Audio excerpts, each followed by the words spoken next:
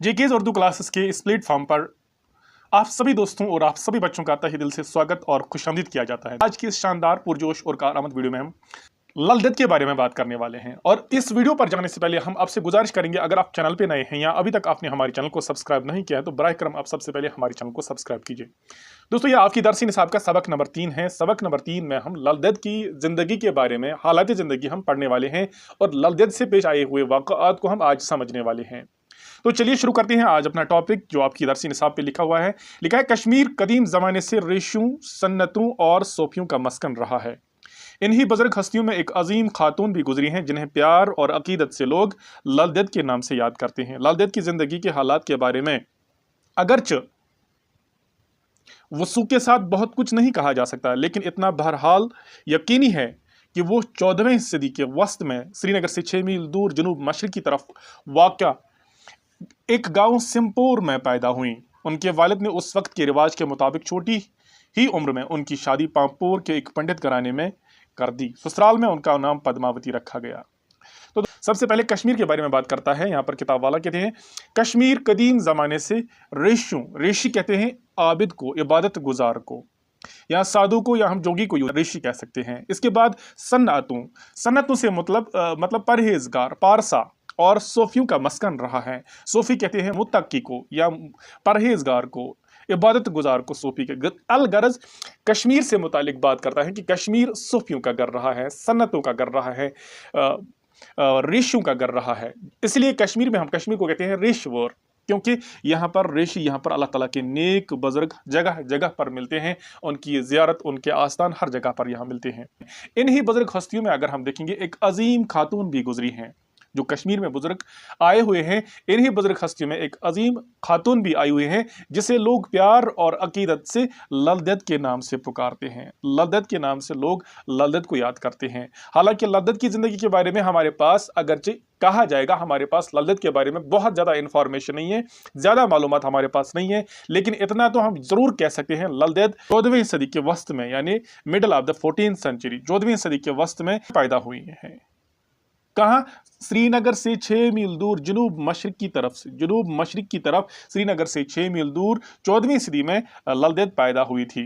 और उस गांव का नाम क्या था? ललदेद सिमपोर में पैदा हुई थी। यानी 14वीं सदी के वस्त में ललदेद सिमपोर में पैदा हुई थी। उस वक्त के रिवाज के मुताबिक, जो उस वक्त का रिवाज था, दस्तूर था जमाने का, उस वक्त के रिवाज के मुताबिक उनके वालिदीन ने उसकी शादी छोटी ही उम्र में कर दी और एक पंडित घराने में कर दी, क्योंकि ललदेद भी एक पंडित घराने से पैदा हुई थी और पंडित घराने में उसकी शादी कर दी। और ललदेद को ससुराल में पद्मावती का नाम रखा गया। याद रखने की बात है, पद्मावती का नाम ललदेद को ससुराल में रखा गया। एक बात, ललदेद श्रीनगर से 6 मील दूर जनूब मशरक की तरफ वाक़ा सिमपोर में पैदा हुई। दूसरी बात, और उस वक्त के रिवाज के मुताबिक ललदेद की शादी पांपोर के एक पंडित घराने में करा दी गई। ये 3 बातें बहुत इंपॉर्टेंट हैं। अब आगे देखते हैं, आगे क्या लिखा हुआ है। इसमें लिखा है कि ससुराल में सास और शौहर के बुरे सलूक की वजह से ललदेद की अज़दवाजी जिंदगी बहुत तलख गुजरी। इस ज़मन में कई वाक़आत कश्मीर की लोक रिवायत का हिस्सा बन चुके हैं। कहा जाता है कि एक बार ललदेद के ससुराल में बड़े पैमाने पर एक दावत हुई। दूसरे रोज हस्बे मामूल जब ललदेद घाट पर पानी भरने गई तो सहेलियों ने उसे हंसते हंसते पूछा कि कल तुमने खूब पेट भरकर अच्छे अच्छे पकवान खाए होंगे। इस पर ललदेद की मुंह से एक बेसख्त शेर निकला जो कश्मीरी जुबान में एक ज़रबुल मिसल की हैसियत इख्तियार कर चुका है। इस शेर के मानी है, मेंढा पके या बुकरा, लल की किस्मत में तो वही बटा है। ललदेद की सास खाना परोसते वक्त उनके बर्तन में एक बट्टा रखती थी ताकि देखने में चावल का बर्तन खूब भरा हुआ लगे। ललदेद निहायत साबिर थी। वो चावल खाकर बटा धोकर एक तरफ रख देती थी ताकि उनकी सास को दूसरा पत्थर ढूंढने की जहमत ना उठाना पड़े। किसी तरह से ललदेद का ये शेर उनके ससुर के कानों तक भी पहुंचा तो उन्होंने इसकी तहकीक की और ललदेद का बयान सही साबित हुआ। ललदेद निहायत सब्र से ससुराल वालों की ज़्यादतियाँ बर्दाश्त करती रहीं, लेकिन आखिर उनके सब्र का पैमाना लबरेज हो गया। उन्होंने घरेलू जिंदगी को खैरबाद कहा और एक मस्त कलंदर की तरह जगह जगह घूमने लगी।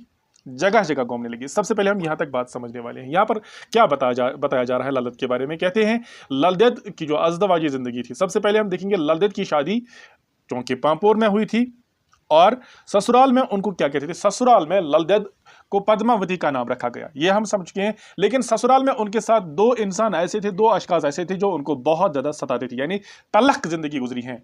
ससुराल में उनकी सास और उनके शौहर उनके साथ बहुत बुरा सलूक करते थे। यानी लाल देद के ससुराल में उनकी सास और शौहर ने लाल देद की अज़दवाजी जिंदगी बहुत मुश्किल कर दी थी। वो हर वक्त लाल देद को सताते रहते थे, टॉर्चर करते रहते थे। इसी ज़मन में, इसी दौर में, इसी असना में बहुत सारे वाक़ात पेश आए, बहुत सारे ऐसे वाक़ात पेश आए जो कश्मीर की लोक रिवायत का हिस्सा बन चुके हैं, जो कश्मीर के लिए सबक आमोज बने। और कहते हैं कि एक बार लाल देद के ससुराल में एक बड़े पैमाने की दावत हुई, यानी एक बहुत बड़ी दावत थी लाल देद के ससुराल में। और दावत खत्म होने के बाद दूसरे रोज जब हस्ब मामूल लाल देद घाट पर पानी भरने के लिए गई और वहां उसकी सहेलियों ने उसे क्या कहा, हंसते हंसते मजाक मजाक में उन्होंने क्या उससे पूछा, कहा कि कल आपके घर में एक बहुत बड़े पैमाने की दावत थी और इसलिए आपने कल पेट भरकर अच्छे अच्छे पकवान खाए होंगे। तो इस पर लाल देद की जुबान से बेसाख्ता एक शेर निकला जो कश्मीर में है। कश्मीरी में उसे कहते हैं होंड मरतनिया काट लाले नीलवट चलने जा, ये कश्मीरी में है, जिसको उर्दू में कहते हैं मेंढा पके या बकरा, लाल की किस्मत में तो वही बटा है। दरअसल क्या होता था कि जब लाल देद की सास खाना परोसती थी और खाना परोसते वक्त वो लाल देद के बर्तन में एक बट्टा रखती थी, बट्टा यानी एक पत्थर रखती थी जिसके ऊपर वो खाना लगाती थी। और देखने में वो चावल का खूब बर्तन भरा हुआ लगता था, क्योंकि उस चावल के नीचे वो बट्टा रखती थी, पत्थर रखती थी। और कहते हैं लाल देद निहायत सब्र के साथ ये बर्दाश्त करती थी। जब ये शेर उनके ससुर तक पहुंचा, उनके ससुराल में सबसे बेहतरीन इंसान उनके ससुर थे और उनकी सास और शौहर जो थे वो बहुत नारावा सलूक उनके साथ करते थे।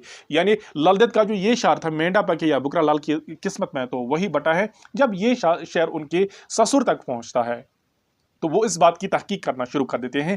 तहकीक करने के बाद ये बात बिल्कुल सही साबित हुई तो कहते हैं लाल देद के जो सब्र का पैमाना था वो लबरेज हो गया। यानी अभी तक जो उसने ज्यादतियां बर्दाश्त की थी, आखिरकार उनके सब्र का पैमाना लबरेज हो गया और उन्होंने घरेलू जिंदगी और अज़दवाजी जिंदगी को खैर बात कहा, बाय बाय किया और एक मस्त कलंदर की जिंदगी गुजारने लगी, मस्त कलंदर की तरह जगह जगह घूमने लगी। और वो नीम बरहना से मुराद पूरी तरह से नंगा नहीं होना, बरहना हो गया नंगा होना, लेकिन नीम बरहना को कुछ कपड़े पहनना, आधे कपड़े पहनकर वो रास्ते से दर बदर घूमती रही, एक फकीर की तरह, मस्त कलंदर की तरह एक जगह से दूसरी जगह जाती रही लाल देद। और कहते हैं इसी मस्त कलंदरी की दौर में कुछ वाक़ात और भी पेश आए। कहते हैं एक बार वो नीम बरहना की हालत में कहीं जा रही थी कि कहीं दूर से हजरत अमीर कबीर मीर सद अली हमदानी आते हुए दिखाई दिए। लाल देद इस हालत में हजरत अमीर कबीर का सामना करने में शर्म महसूस हुई तो वो कहीं छुप जाना चाहती थी, लेकिन जब आसपास में छुपने की कोई जगह ना मिली तो एक नान बाई की दुकान में दहकते हुए तनूर में कूद पड़ी। बेचारे नान बाई के तो होश ही उड़ गए। थोड़ी देर में जब तनूर का ढक्कन उठा लिया गया तो देखकर सब हैरान हुए कि लाल देद एक खूबसूरत लिबास पहनकर तनूर से बरामद हुई। बाद में जब उनसे इस बारे में पूछा गया तो उन्होंने जवाब दिया कि उन्होंने जिंदगी में पहली बार किसी मर्द खुदा को देखा और उनके सामने नीम बरहना होकर लाल देद को शर्म आई। तो कहते हैं एक बार जब लाल देद कहीं से जा रही थी नीम बरहनगी की हालत में, कीचड़े पहनकर, आधे कपड़े पहनकर, जब वो रास्ते से जा रही थी, दूर उसे नजर पड़ी कि वहां से हजरत अमीर कबीर मीर सैयद अली हमदानी आ रहे थे। तो उन्होंने सोचा कि मैं हजरत अमीर कबीर का सामना कैसे करूंगी, मैं किस तरह ऐसे कपड़ों में, शर्म महसूस हुई कि उनका सामना करने में, हजरत अमीर कबीर का सामना करने में शर्म हुई लाल देद को और वो कहीं पर छुप जाना चाहती थी। जब उसे छुपने की कोई जगह नहीं मिलती है तो वो एक नान बाई कहते हैं रोटी बनाने वाले को, एक नान बाई की दुकान में दहकते हुए तनूर में उसने एक छलांग लगाई, कूद पड़ी। कहते हैं जब उस नान बाई ने देखे तो उस बेचारे के होश ही उड़ गई। तो कहते हैं जब थोड़ी देर में उसने अपनी तनूर का ढक्कन उठा लिया, नान बाई ने जब तनूर का ढक्कन उठा लिया तो सब लोग देखकर हैरान हो गए, क्योंकि लाल देद तनूर से एक बेहतरीन और खूबसूरत लिबास पहनकर बरामद हुई।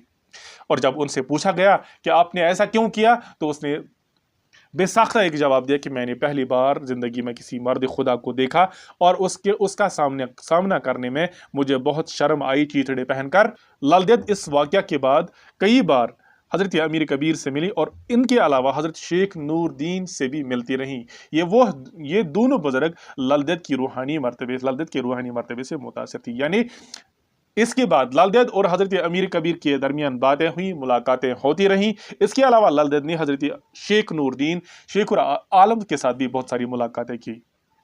कहते हैं जब हजरत शेख नूरुद्दीन पैदा हुए तो उन्होंने अपनी माँ का दूध नहीं पिया। तो इसी असना में वहां से लाल दैद का गुजर होता है, वहां से लाल दैद गुजरती है।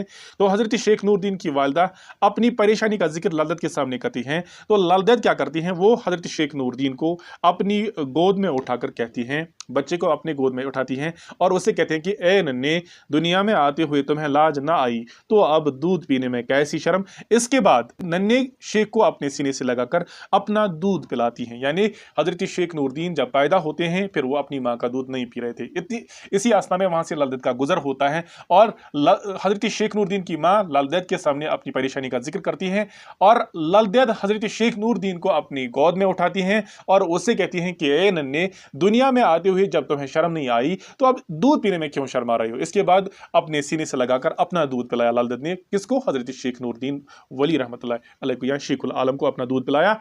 और यही वजह है कि शेखुल आलम ने पूरे कुरान का तफसीर बगैर सीखे, बगैर पढ़ाए कश्मीरी जुबान में किया, अपनी शायरी में किया। गो जो रूहानियत मिली थी शेखुल आलम को वो लाल दैद के दूध पिलाने से मिली है। तो इस तरह से हमने लाल दैद के बारे में कुछ वाक़ात का जिक्र किया इस वीडियो में। क्योंकि वीडियो बड़ी हो रही है, इसका जो अगला पार्ट वो इंशाल्लाह नेक्स्ट पार्ट में हम पढ़ने वाले हैं। आज की इस वीडियो में हम आपसे यहीं पर विदा लेना चाहेंगे। मिलते हैं अगली वीडियो में, जब तक के लिए अल्लाह हाफिज़ व नासिर। शुक्रिया।